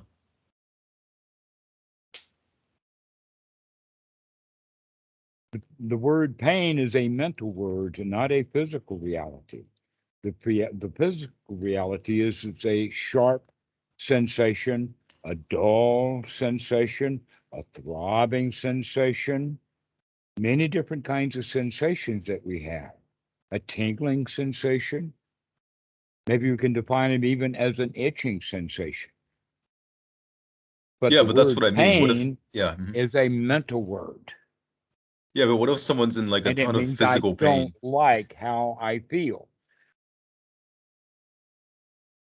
Okay, so let's talk about then that we're sick and we don't like being sick. Yeah, like what if someone's in physical pain from being sick, you know? Okay, well, why don't we just lay there and lay still, recognizing, in fact, neck pain? That if I've got neck pain and I know that the neck pain is there, I can just hold my neck still. Then, in fact, I could even go to the hospital and get an appliance to hold my neck still. But I don't need to go to the hospital to get an appliance to hold my neck still. I can do that with my own mind by just making sure that I'm holding my neck still rather than moving my neck, causing pain, and then not liking it and saying, oh, I got to do something about this. I got to go to the doctor. Right? But if you listen to the sensations of the body and do what the sensations of the body are asking, then you're treating that situation wisely. But most people, they don't train to handle sensations wisely. They want to get rid of them instead. Yeah. Um, my So dad you're used at, to, yeah. yeah. So look at the mindset that you're coming from. Hmm. Because that mindset is just a mental mindset that people work themselves into. Oh, my pain is so bad, I need help, and I want you to kill me because I can't stand the pain. Well, now, the same thing happens whether that child has a physical pain, let us say in the neck or in the back or somewhere in the kidneys or something like that, as opposed to the emotional pain of the bullies pick on her every day.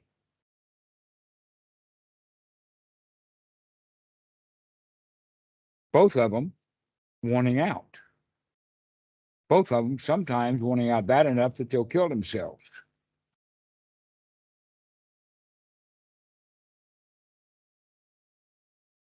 One because of the pain of the bullies picking on her, and the other one the pain in the neck. Yeah. Yeah. What is pain for you that's going to prevent you from taking the next breath?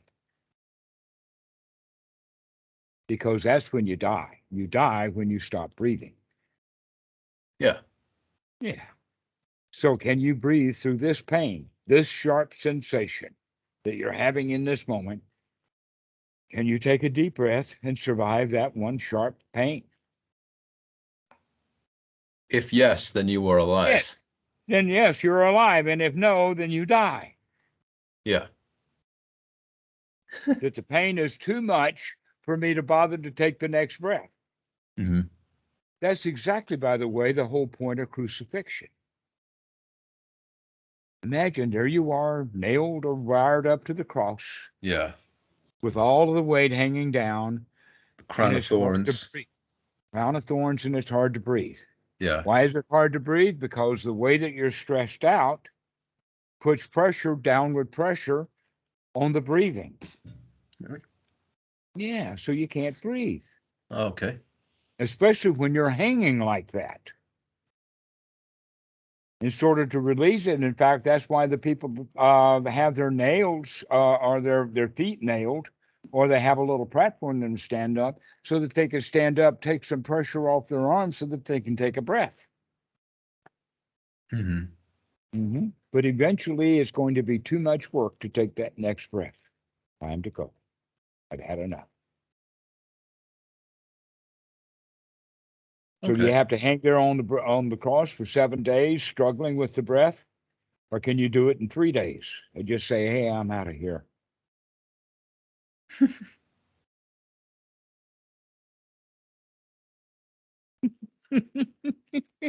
Okay. Okay.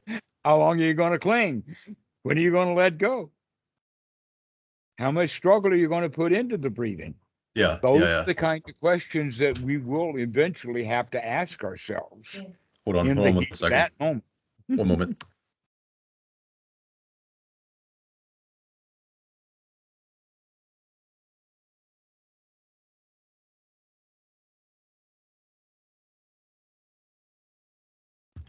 Okay. Duty calls. Yeah. All right. That pretty much answers my question. Well, I'm glad to see that we're ending this on a smile. Of course. Of course. Always. Yeah. Well, this has been a good chat, Daniel. I've really enjoyed having an opportunity to share the Dhamma, which Yeah. also means that we have to look and listen to the kind of language that we use, because often we're using unwholesome language because we learned it from the culture, and we can use wholesome language instead. Unwholesome, like forever or Correct. eternal. Or Okay. big, hard, Okay. or we can use wholesome language, Or bad or like good. bad and good, rather Mhm. than everything's okay, everything's fine. Yeah. Yeah. Okay. So I pay got. attention now. You've Yeah. got quite a lot of reading between the years to do. Yeah. Remember to watch closely now. Yeah. Yeah. I got work tomorrow. No, you don't. That's just another thought. I got a job No, not right now. to go to. Tomorrow. Yeah, tomorrow. But you don't have to think about it now. Yeah, I'm just saying. Yeah, I know. That's what the point that I'm making. That is, yeah, you're thinking about going to work tomorrow. It's not a it's not an unpleasant thing. Well, it's I'm going to destroy our conversation why? because you're leaving and I Well, want to yeah. cry.